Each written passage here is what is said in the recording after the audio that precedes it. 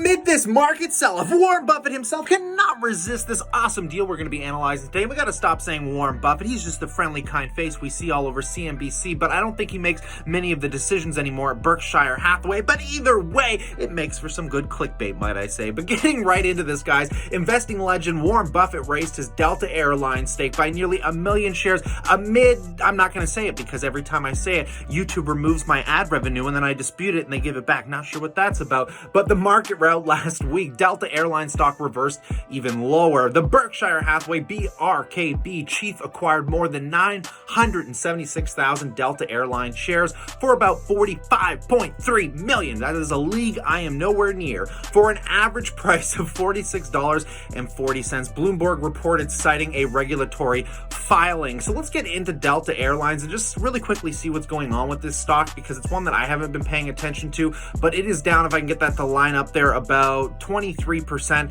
from roughly its all-time highs, with a 3.3% dividend and a PE ratio of only 6.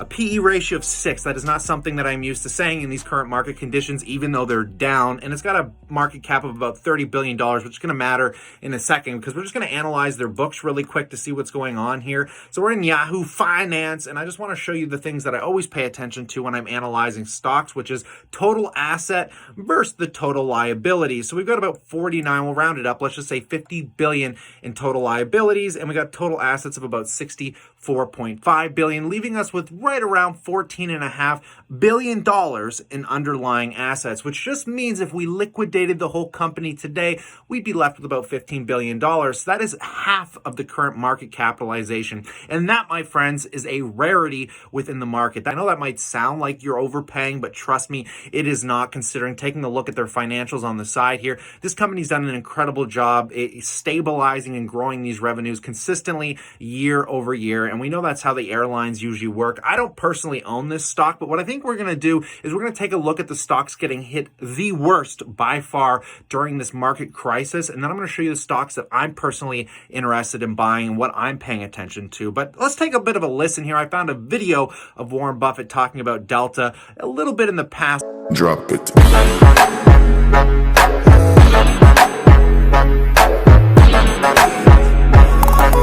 In the most recent filings, it showed that you had bought even more shares in Delta. It pushed you above 10%. When I just talked to you a couple of months ago, you said you generally try not to push above 10%. What happened?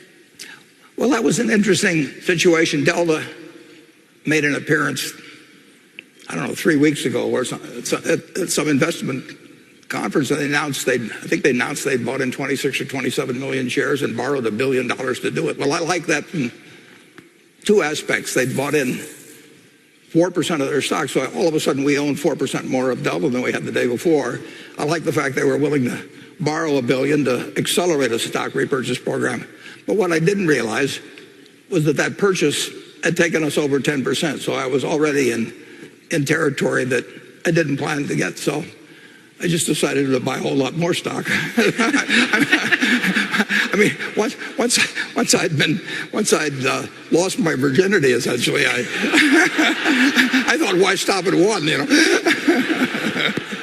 Welcome back, my passive income investors alike. Let's get right into some of these stocks that are just taking a kicking during this crazy crisis going on here, guys. Starting with Booking Holdings. A lot of these are obviously going to be related to the leisure and travel industry, and Booking Holdings is no exception. This is one of those stocks when you're probably walking around the mall and you see kind of like those people that are booking agents. This would be part of this company here. It is a massive company, by the way, worth about $70 billion. The PE is at 15, which is like way more than Delta, by the way. But taking a look at this company, down roughly a whopping 15-20%, give or take, but really volatile right now. Moving into Marriott, this is one that I watch a lot about because it comes up on Concrete. I don't know if you know that channel. Guy's a real estate mogul, and he was just talking about how Marriott shut down a ton of their hotels up in China. And we can see that it's starting to reflect on the stock price, down 24% from its all-time highs. Fairly high PE ratio at 30, a little bit of a decent dividend. I don't know if I would consider this a value stock right now, considering it's still trading at some pretty decent highs. It just cracked its 2019 lows here. Mind you, not the beginning of 2019, mid-2019.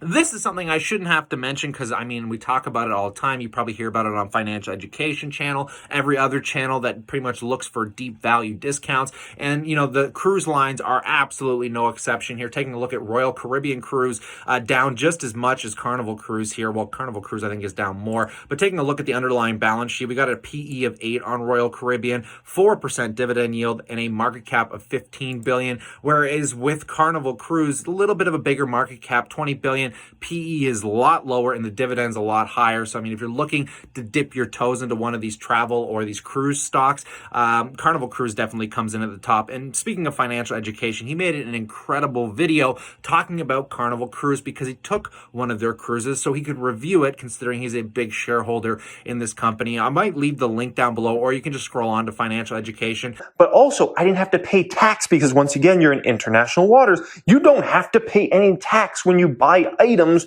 on the cruise ship. And check it out. He's a bit of a bigger YouTuber, but I think he did a phenomenal job at breaking down this stock. Now, some of your favorite stocks getting hit, probably Disney. I mean, we could probably take a look at like Universal or something like Cedar Fair.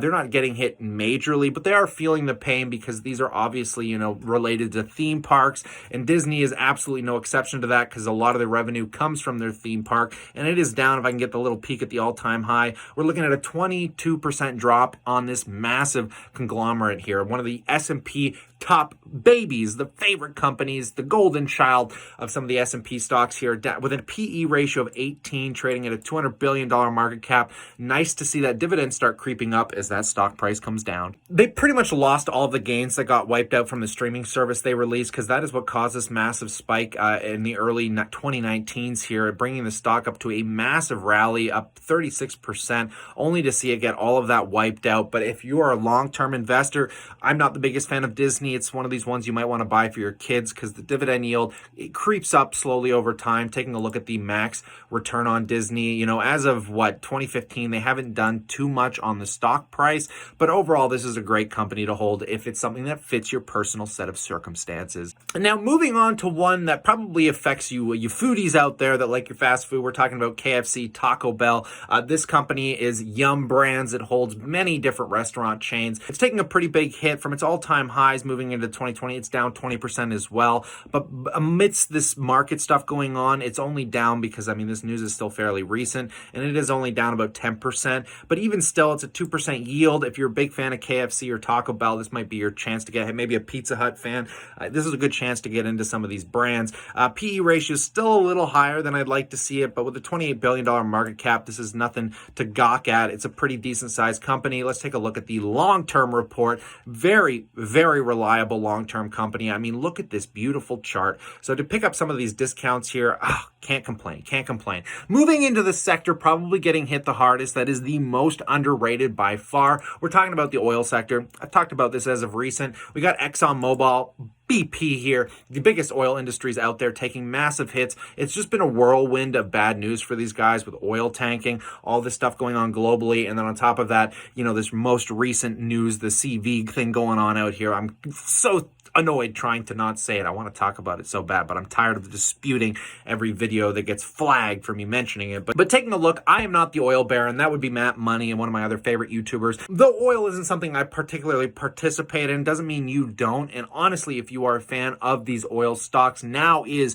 the golden era of oil stocks, my friends. They are down to levels they haven't seen in a long time. And on top of that, oil consumption is at all-time highs, forgetting about what everyone's talking about with clean energy here. So, I mean, if you are an oil fan, for those long-term investors, this is your time to shine, my friends. Now, taking a look at some of the stocks that I'm finding most interesting, the ones that I want to be buying, and I will be buying once I get tax season out of the way here, we're talking about the financial sector. Financials have been getting hit on so many levels for so many different reasons. I'm going to show you the ones that I'm most interested in. And when I was talking about dividend stocks to be paying attention to in my most recent videos, you can go check those out. I was talking about like the Canadian banking sector, Berkshire, which we're going to take a look at here. USB ticker symbol here is one that Matt Money, speaking of the oil baron himself, has been picking up. I think he picked some up today, actually, in the making of this video. He's in our chat group, and he mentioned he was buying some more USB here, down 24% from its all-time highs with a dividend yield of 3.64%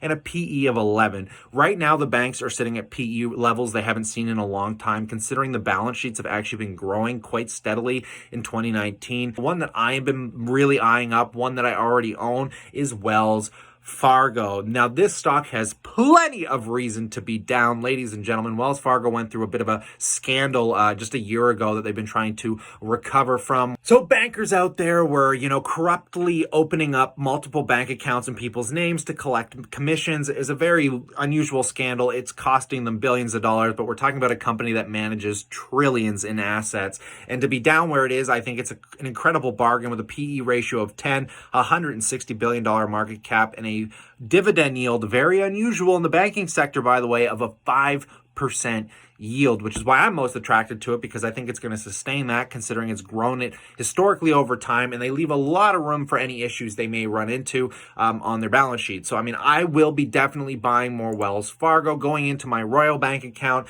this is the newest account that I started a year ago, which I'm trying to build up. My other accounts are six-figure accounts. This is the newest account, taking a look at where I hold BTI, MO, and my newest position here, Wells Fargo, which I am currently down 15% on from where I started buying it. But in retrospect to my massive positions that are worth $10,000 plus, this isn't even a drop in the pond. We're taking a look. It's about a $580 position that I started, down to about $490 today. I don't even think it's down enough that I would have been able to purchase one more share if I wanted to. Actually, take a look. What's Wells Fargo trading at right now? 41.22. So yeah, I probably could have bought one more share with how much I'm down here. Maybe two more shares if I'm down 89 USDs. But this is on my buy list, ladies and gentlemen. I want to be picking up these bank stocks. Taking a look at BNS, I own this one already as well. It's a large position in my portfolio, but with a dividend of 5.12% on the Canadian side of the border, I find this unbelievably attractive at these levels. I am going to be picking up more BNS on my next dividend income payments that come into my tax-free savings account where I hold this stock. I am going to be purchasing some more shares. I can't get over how attractive these banking sectors are, because if you are somebody that is a dividend-focused investor like I am myself, I plan on utilizing my dividends in the near-term future nonetheless. So I want to get my yields up as much as possible. And when my favorite stocks like this start paying out a 5% yield with a PE ratio of only 10, I'm not complaining here. I try not to over-leverage myself, but the fact that the positions have sunk, I think they're worth about $9,000. They're off from where I was buying them toward their all-time highs. I'd love to pick some of these up. So they're on my buy list, which leads me to ask you, what is on your buy list? What are you picking up in these crazy market conditions right now, in this kind of corrective mode that we're experiencing? Because I know everyone in the community is dying to pick up stocks in certain sectors. Are you a fan of the oil sector? Heck, are you starting to pick up some Delta Airlines or some of those other airline stocks that the great Buffett himself has been so attracted to? I'd love to hear about it in that comment section below. But slap a like, stay cool, stay awesome, and I look forward to catching up with you tomorrow.